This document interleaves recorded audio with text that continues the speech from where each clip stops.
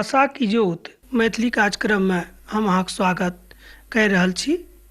हमर पूर्ण विश्वास अछि, आस्था अछि जे अहाँ सब खूब नीकसँ होयब। तहन अपन भाइके नेहसँ भरल अभिवादन स्वीकार करू। नमस्कार। हम विश्वास राखैत छी जे अहाँ सब खूब नीकसँ होयब।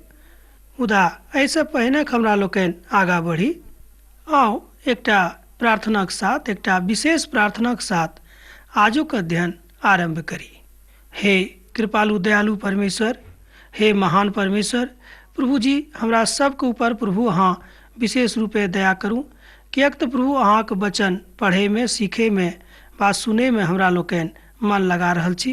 प्रभु जी हम विशेष रूपे अपन श्रोता भाई बहिनीके लेल प्रार्थना करै छी। प्रभु ओ सब अहाँके वचन सुनि रहल छथि, मुदा एहिसँ आशीषित सेहो भऽ रहल छथि। प्रभु जी हम अहाँसँ प्रार्थना करै छी, हुनक मनक कपाटके खोलि दियौ। हुनक मनक जे द्वार अखन बन्द छै प्रभु, तकरा अहाँ खोलि दियौ, जाहिसँ प्रभु अहाँके वचनक बुझैमे ओ सब आओर गहराइसँ आगाँ बढ़थि। प्रभु जी जे केओ कोनो तरहक बीमारीमे छथि, कोनो तरहक चिन्तामे छथि, प्रभु अहाँ ओहि सब बातके हुनका जीवनसँ दूर कऽ दियौ। एहि छोट प्रार्थनाके हम अपन उद्धारकर्ता यीशु ख्रिस्तके नामसँ मांगि रहल छी, आमीन।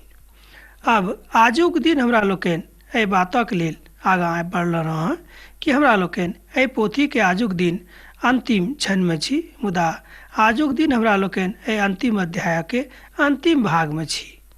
मुदा हमरा लोकनि एहिठाम जे एकटा विशेष बातक देख रहल छी, तकरा हम अहाँके पहिने बता दै छी।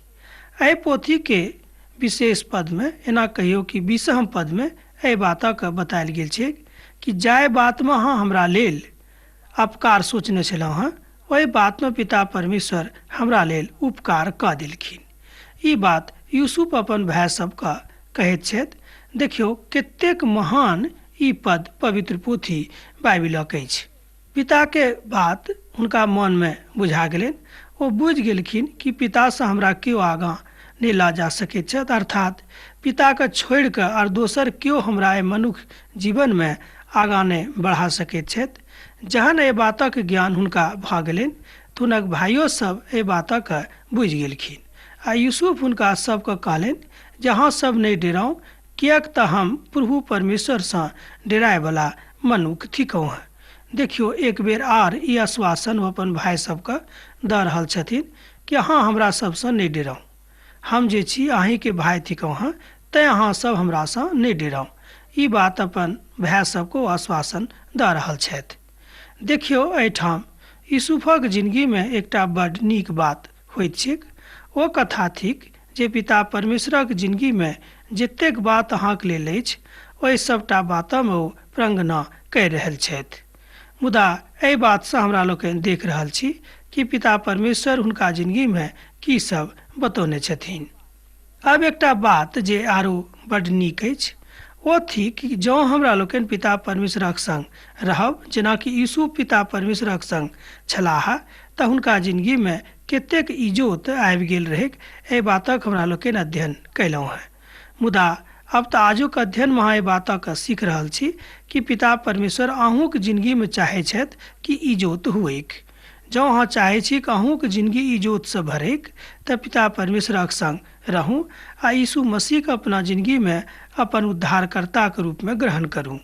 देखियौ कतेक नीक बात अछि, मुदा एहिमे कोनो तमसाबैवला बात सेहो नहि अछि। अहाँ खिसियाब नहि, किएक तऽ प्रभु परमेश्वर अहाँसँ प्रेम राखैत छथि। तैँ हम एहि सभटा बातक अहाँके बता रहल छी वा सुना रहल छी। अब हमरा लोकनि पवित्र पोथी के बाइबिलक एकटा बड्ड महत्वपूर्ण पदक विषयमे कथा करब, ई चर्चा करब जे अहूँ देखियौ ओतऽ की बतायल गेल छै। पवित्र पोथी के विद्वान सब कहैत छथि कि जँ अहाँ संपूर्ण पवित्र शास्त्रक अध्ययन अर्थात संपूर्ण बाइबिलक अध्ययन करि चुकल छी आ जँ एहि पदक ऊपर विचार नहि कयने छी, तऽ हम यह कहब कि अहाँके अध्ययन एखन अधूरा अछि। एक बेर अहाँ अपन अध्ययनक पूरा करि लिअ। देखियौ एहि तरहक उद्गार पवित्र पोथी के जानकार लोग सब व्यक्त करैत छथि। तैँ हम अहाँसँ बता रहल छी कि पवित्र पोथी के सबटा बात नीक थिक, सबटा बात सत्यक थिक, एहिमे कनिको संगति नहीं थिक, एहिमे कतनो कोनो संदेह नहीं थिक। मुदा जँ अहाँ प्रभुक संगति में रहे वाला मनुख थिकौ हैं तो एहि सबटा बात से अहाँ कहियो नहीं डरायब, किएक तऽ पिता परमेश्वर अहाँक संगे छथि, तहन संसार से डरायके कोनो आवश्यकता नहीं थिक। देखियो, संपूर्ण लोग अहाँके डरा देत, कहत कि अहाँ की करलहुँ हैं, ई की करनाइ अहाँ आरम्भ कऽ देने छियै, ई अहाँके जीवनमे की भऽ गेल, तरह तरह कथा अहाँके लोक कहत। ई कथा ओ अपना दिससँ नहि मुदा ओ शैतानक दिससँ करत, किएक तऽ हुनका हृदयमे हुनका मोनमे शैतान घुसि गेल छनि आ वएह काज ओ करैत छथि अपना मुखसँ। मुदा भऽ सकैत अछि कि शैतान अहूँके बहका देत आ कहत कि परमेश्वरक नजरिसँ अहूँ अलग भऽ जाउ। मुदा हम अहाँसँ कहब कि परमेश्वरक नजरिसँ अहाँ अलग नहि रहू, यह एकटा महान बात अछि। आउ ओहि पदक हमरा लोकनि एक बेर आरो पढ़ि रहल छी। एना तऽ अहाँ सब हमरा लेल बुराइके विचार कयने छलहुँ हैं, मुदा परमेश्वर ओहि बातमे हमरा लेल भलाइके विचार कयलथि, जाहिसँ ओ जेना करैत जेना आजुक दिन प्रगट भेल अछि, जाहि कारणे बहुत लोकक प्राण बचैक। 20 अध्यायके एना कहियो 20 पद अछि 50 अध्यायके। एहि बातक अहाँ लग जो पवित्र पोथी बाइबिल अछि तकरा अहाँ पढ़ि कऽ देख लियौ, एक बेर आरो सुनि लियौ। हम पढ़ि रहल छी।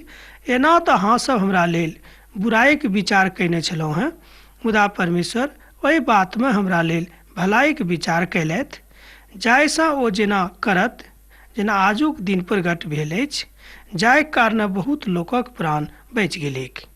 एहि बातक अहाँ जरूर पढ़ब। 50 अध्यायके 20 पदमे ई बात बतायल गेल छै। जँ अहाँके लग पवित्र पोथी बाइबिल अछि तऽ तकरा अहाँ पढ़ि सकलहुँ हैं आ तकरा ऊपर मनन हमरा संगे मिल कऽ करि सकलहुँ हैं। पवित्र पोथी अहाँके घरमे अहाँके हृदयमे रहबाक चाही, अर्थात जँ अहाँ घरमे पवित्र पोथी अछि तऽ अहूँ एहि सबटा बातक अध्ययन स्वयं करि सकलहुँ हैं। पवित्र पोथीके बहुत विद्वान लोकनि एहि बातक बड्ड नीक जकाँ बता सकैत छथि जे प्रभुक दयालुता कोना कऽ अहाँके ऊपर प्रगट होइत, जँ अहाँ हुनक बातक मानबनि आ हुनक आज्ञाके अनुसार अपना जिन्दगीमे अनुसरण करबनि। पहिल पोथी तऽ कनानाके हृदयसँ एना कहियो हुनका हृदयसँ निकललैक, मुदा एहि पोथीके जे ओतऽ लिखायल गेलैक तऽ ओहि पोथीके बुझनाइ एहि बातक लेल हमरा लेल बहुत महत्वक थिक जे हमरा लोकनि प्रभुके कथाके नीकसँ बुझि रहल छी कि नहि। मुदा एहन कोनो बात नहि अछि जे बहुत गंभीरताके बात अछि। पवित्र पोथीमे बड्ड स्पष्ट जकाँ प्रभु यीशु मसीह कहैत छथि कि हम अहाँसँ कोनो बात लुका कऽ नहि राखलहुँ हैं, मुदा सबटा बातक खोलि कऽ हम अहाँके बता चुकल छी, जाहि कारणे पिताक परमेश्वरक राज्यमे प्रवेश करैमे अहाँ कोनो तरहक तकलीफ वा दिक्कत नहि हुइक। एहिके बादो जँ एहि सबटा बातक अहाँ नहि मानबैक तहन अहाँके जिन्दगीमे तकलीफ भऽ सकैत छै, भऽ सकैए कि अहाँ ओहि राज्यमे प्रवेश नहि पायब, किएक तऽ ई सबटा बात बतैलाके बादो जँ अहाँ नहि मानि रहल छी तऽ एहिमे अहीँके दोष अछि, एहिमे पिता परमेश्वरक कोनो गलती नहि अछि।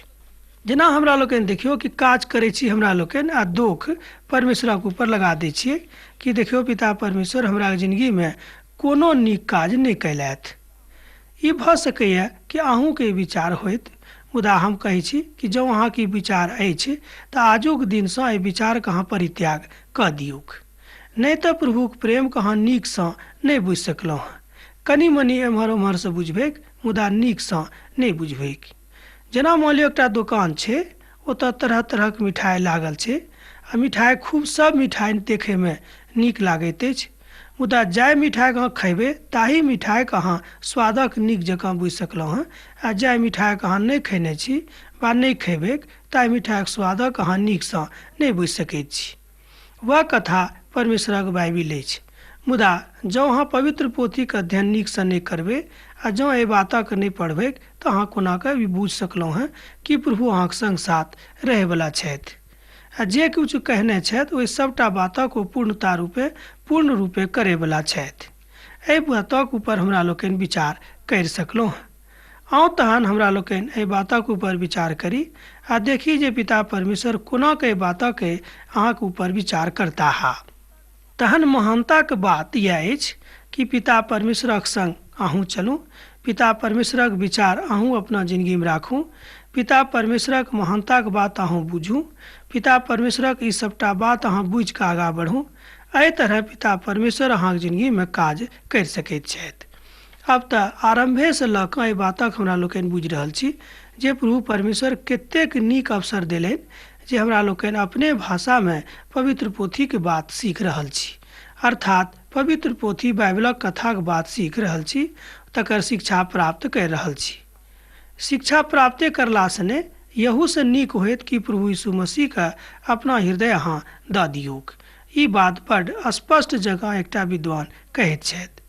एकटा विद्वान कहैत छथि कि मान लियौ अहाँ खूब नीक जकाँ पवित्र पोथीके अध्ययन कयलहुँ हँ, पवित्र पोथीके अहाँ जानकार छी, एहिके बादो जँ अहाँ अपन हृदय प्रभुके नहि देने छियनि, आजुक दिन धरि अहाँ प्रभुसँ अलग छी, तेकर मतलब इएह भेल कि प्रभुसँ अहाँके ओतेक प्रेम नहि अछि। अर्थात परमेश्वरक दया आ करुणाके कारणे अहाँ एहि सबटा बातके बुझि सकलहुँ हँ। अब तऽ अहाँ बुझि सकैत छी कि पिता परमेश्वर अहाँसँ कतेक नेह राखैत छथि। कथाक सार तऽ इएह भेल कि प्रभुके नेह आ हुनक करुणा आ हुनक दयाके कारणे अहाँ एखन एहि संसारमे जीवित छी। जँ अहाँ एहि बातके खूब नीक जकाँ बुझि रहलहुँ हँ तऽ हम सोचैत छी कि अहाँके लेल एकटा बड्ड नीक कथा अछि वा एकटा नीक बात अछि। मुदा जँ अहाँ बुझनिक लोक छी, जँ अहाँ बुद्धियार छी तऽ एहि बातक अहाँ खूब नीक जकाँ बुझबैक।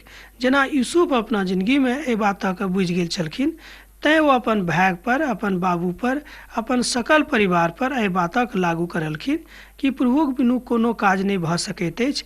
तैँ ओ अपन भाय सबके आश्वासन देलखिन कि अहाँसब किएक एतेक घबरायल छी, किएक अहाँके धीरज नहि अछि जे हमरा लग आबि कऽ अहाँसँ विनती करैत छी कि हमरा अहाँ माफ करू।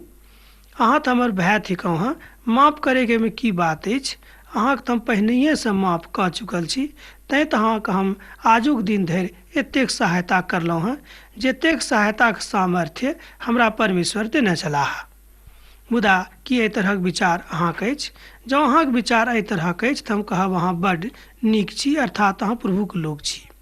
तैँ आब नहि डेराउ, हम अहाँके आओर अहाँके सङ्गे अहाँके बाल बच्चाके सेहो भरण पोषण करैत रहब। एहि तरह ओ सबटा बातक बुझा कऽ अपना भाय लोकक शांति देलखिन। 50 अध्यायके 21 पदमे एहि बातक बतायल गेल छैक। तैँ आब नहि डेराउ, हम अहाँके आओर अहाँके सङ्गे अहाँके बाल बच्चाके सेहो भरण पोषण करैत रहब। एहि तरह ओ सब बुझा कऽ अपना भाय सबके शांति प्रदान करलखिन, जाहिसँ ओ घबराबैत नहि। जँ अहाँके लग पवित्र पोथी बाइबिल अछि तऽ एहि बातक अहाँ सत्यापन करि सकलहुँ हँ। एहिठाम 50 अध्यायके 21 पदमे ई बात बतायल गेल छै। नहि डेराउ, एहि बातक जेना हम पहिनहियो कहने छलहुँ हँ कि पवित्र पोथी बाइबिलमे 366 बेर बतायल गेल छै कि नहि डेराउ। पवित्र पोथीमे बतायल गेल छै कि जँ अहाँके दिस परमेश्वर छथि तऽ अहाँके विरोधी केओ नहि हैत। भऽ सकैत अछि कि अहाँके अपनो लोकके शैतान दुश्मन बना देत, हुनका हृदयमे काज करनाइ शुरू कऽ देत। मुदा एहि बातक लेल अहाँ परमेश्वरसँ प्रार्थना करू कि प्रभु हमर अपनो लोक हमर दुश्मन बनल जा रहल अछि, मुदा प्रभु हुनका जीवनमे जे शैतानक निवास भऽ गेल छनि तकरा प्रभु अहाँ भगा दियौक। एहि तरहक प्रार्थनासँ प्रभु बड्ड प्रसन्न होइता। एहिसँ ई बात स्पष्ट होइत कि यूसुफेक जकाँ अहूँ अपन प्रभुसँ डरायवला मनुष्य छी। आ यूसुफ अपन पिताक घरानाक सहित ओतऽ मिस्रमे रहैत आ यूसुफ 110 बरखक धरि जीवित छलाह। पवित्र पोथीमे एहि बातक बतायल गेल छै कि यूसुफ 110 बरख धरि ओतय जीवित छलाह, अर्थात मिस्रमे। ओतय ओ अपन घरानाक समेत रहैत छलाह। एहि बातक अहाँ 50 अध्यायके 22 पदमे पढ़ि सकलहुँ हँ आ ओतऽ एहि बातक सत्यापन सेहो करि सकलहुँ हँ। अब अहाँ एहि बातक सेहो बुझि सकलहुँ हँ जे प्रभुक बिनु जँ अहाँ अपन जिन्दगीके नावके चाहबै कि नदीके एहि पारसँ ओहि पार लऽ जाइए तऽ ई नहि होइत, ई संभव नहि अछि। किएक तऽ ज्ञान दिअवला, सामर्थ्य दिअवला आ सब बातमे मदद करयवला परमेश्वरे छथि। हुनक सामर्थ्यक बिनु जँ अहाँ एहि काजक करनाइ आरम्भ कऽ चुकल छी तऽ ई काज अहाँके लेल कहियो संभव नहि अछि। किएक तऽ हुनका आशीषक बिनु अहाँ कहियो अपन नावके नदीके एहि पारसँ ओहि पार नहि लऽ जा सकलहुँ। ई बात पवित्र पोथीमे बड्ड स्पष्ट जकाँ बतायल गेल छै। कहियो कहियो लोग अपना ज्ञानक कारणे अपन जवानी के कारणे, अपन शारीरिक विशेषता के कारणे एहि बातक बुझै छथि कि हम बहुत ज्ञानी छी, हम शरीर से बड्ड वशिष्ठ छी, बहुत बलिष्ठ छी, बहुत विशिष्ट छी, मुदा एहि कारणे हमरा लोकनि अपन नाव के ओहि पार लऽ जा सकलहुँ हँ, मुदा हमर भाई बहिन ई बात संभव नहि अछि। एहि तरहक विचार जँ अहूँक अछि तऽ एहि विचारक अहाँ अपना जिन्दगीसँ निकालि दियौक, किएक तऽ ई संभावित बात नहि अछि। पवित्र पोथीमे बड्ड स्पष्ट जकाँ एहि बातक कहल गेल छैक वा बतायल गेल छैक। प्रभुक प्रेमक कारणे ई सब भऽ सकैत अछि, मुदा जँ प्रभुक प्रेम नहि अछि तऽ ई बात कहियो अहाँक जिन्दगीमे नहि होइत। अपन मरैत काल धरि सेहो यूसुफ अपन परमेश्वरक संगे रहथि। एहिठाम हमरा लोकनि एकटा बात देखैत छी कि बहुत लोक एहन छथि जे सब दिन तऽ प्रभुक संग रहलाह, मुदा अपन जिन्दगीके अंतिम कालमे परमेश्वरसँ अलग भऽ जाइत छथि, किएक तऽ हुनका जिन्दगीमे लोक बहुत तरहक तकलीफ आबि गेलनि, बुढ़ापाके कारणे, धियापुताके कारणे वा आरो बहुत तरहके कारणे। कारण बहुत अछि, गिनती करब तऽ बहुत लागत, मुदा एहिके बादो जँ ओ प्रभुक संगे रहलाह तऽ बुझियौ हुनके उद्धार हेतैक। यहू बातक पवित्र पोथीमे बड्ड स्पष्ट जकाँ बतायल गेल छैक। आ यूसुफ अपन भाई लोकसँ कहलनि, हम तऽ मुआ पछी, मुदा परमेश्वर निश्चित रूपेण अहाँ सभक सुधि लेताह आ ओ अहाँके एहि देशसँ निकालि कऽ ओहि देशमे पहुँचा देताह जाहि देशक देबाक शपथ ओ इब्राहिम कयने छलाह, ईसाकक संगे कयने छलाह आ याकूबक संग कयने छलाहथि। एहि बातक अहाँ 50 अध्यायके 24 पदमे पढ़ि सकलहुँ। जँ अहाँके लग पवित्र पोथी बाइबिल अछि तऽ एहि बातक अहाँ ओतऽ बुझि सकैत छी। एहिठाम यूसुफ ई बातक आश्वासन दऽ रहल छथिन कि परमेश्वर अपन विश्वास योग्यतामे कहियो कमी रखयवला परमेश्वर नहि छथि। ओ अपन विश्वास योग्यतामे सब दिन एके समान छथि। जेना पवित्र पोथी बाइबिलमे बतायल गेल छै, ओतऽ लिखल गेल छै कि परमेश्वर कहियो बदलेवला परमेश्वर नहि थिकाह। ओ स्वयं अपना मुखसँ एहि बातक कहने छथिन कि हम तऽ यहोवा छी, हम कहियो नहि बदलब। एहि बातक अहाँ पवित्र पोथीमे पढ़ि सकलहुँ हँ। पवित्र पोथी पुरना नियमक जे अंतिम पोथी थिक तकरामे ई बात बतायल गेल छैक।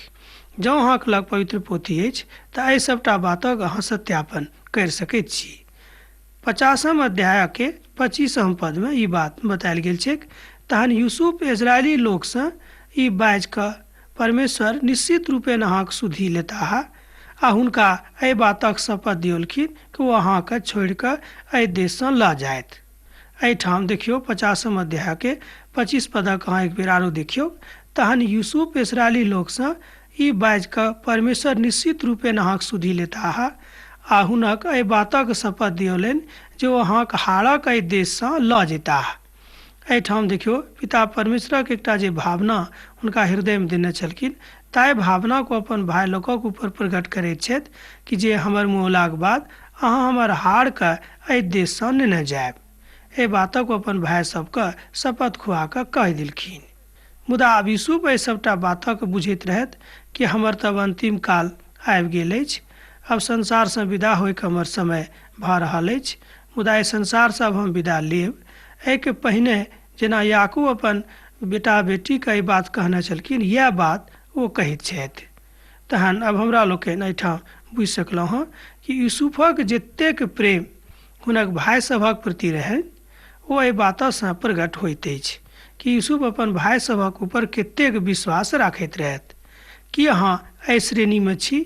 जँ नहि छी तऽ हम कहब आजुक दिनसँ अहाँ स्वयंके एहि श्रेणीमे आनि कऽ ठाढ़ कऽ दियौ, तहने अहाँ बुझबै कि की भ्रातृत्व प्रेम होइत अछि। 50 अध्यायके 26 पदमे एहि तरह लिखल गेल छै, तकरा हम कनिक अहाँके लेल पढ़ि रहल छी। निदान भेलैक जे यूसुफ 110 वर्षक भऽ कऽ एहि संसारसँ विदा भेलाह आ हुनका ऊपर सुगंध रस एना कहियो सभटा जे बात रहै से लगावल गेलनि आ हुनक देहीके संदूकमे ओते मिस्रमे राखल गेलनि। एहि बातक सेहो हमरा लोकनि 26 पदमे देखैत छी। आउ जँ अहाँके लग पवित्र पोथी बाइबिल अछि तऽ एहि बातक अहूँ देख सकैत छी। यह थिक परमेश्वरक प्रेमक विशालता, यह थिक हुनक प्रेमक महानता, यह थिक परमेश्वरक एकटा महान विचार। जँ अहाँके विचार एहि तरहक अछि तऽ हम कहब अहाँ परमेश्वरक लोक छी, अहाँ परमेश्वरक बेटा बेटी बनि चुकल छी आ परमेश्वर अहाँक संग रहैत छथि। एहि पदक हम एक बेर आरो पढ़ैत छी। निदान भेलैक जे यूसुफ 110 वर्षक भऽ कऽ मरि गेलाह आ हुनक मृत देहीमे सुगंध रस भरल गेलनि आ हुनक देही संदूकमे ओते मिस्रमे राखल गेलनि। जँ अहाँक लग पवित्र पोथी बाइबिल अछि तऽ एहि पदक पढ़ि सकलहुँ हँ। यह थिक परमेश्वरक के प्रेम आ हुनक प्रेमक विशालताक एकटा गाथा। एहि गाथाक अहाँ खूब नीकसँ बुझि सकलहुँ हँ जँ अहाँक लग पवित्र पोथी अछि। पवित्र पोथी जँ नहियो अछि तऽ हमरा संगे अहाँ निश्चित रूपेण एहि बातक रोज स्मरण करू कि पिता परमेश्वरक के वचनक सुनै के समय आबि गेल अछि। चलू अब हमरा लोकनि सीखी।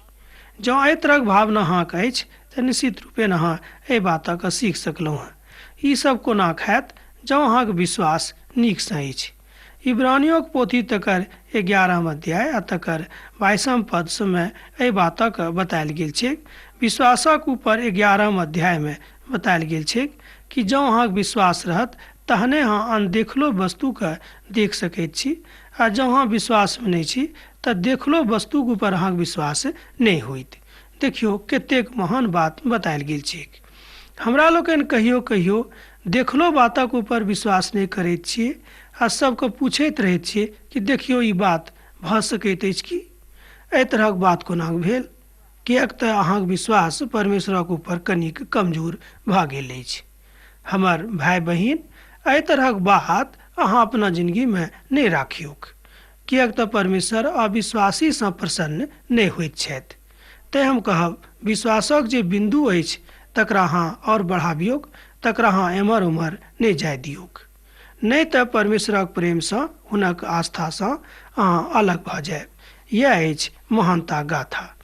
पिता परमेश्वर ई सबटा बातक यूसुफके बता देने रहथिन। तैँ यूसुफ एहि सबटा बातक विचार करलखिन आ तकरा ऊपर विश्वास करलखिन आ तकरे जकाँ एहि संसारसँ चललखिन। एहि तरहक बात हमरा लोकनि सीख सकैत छी। मुदा आजुक अध्ययनमे हमरा लोकनि सीख रहल छी जे यूसुफक जिंदगीक अंत कतेक नीक भेलैक, किएक तऽ ओ पिता परमेश्वरक संगे रहैवला मनुष्य छलाह। अहूँक जिंदगीक अंत खूब नीक भऽ सकैत अछि जँ अहाँ पिताक संग चलैवला मनुष्य बनि जायब। अब तऽ अहाँसँ विदा होयके काल भऽ रहल अछि। प्रभु यीशु मसीहक प्रेम अहाँक जिंदगीमे सदिखन बनल रहैक। आमीन।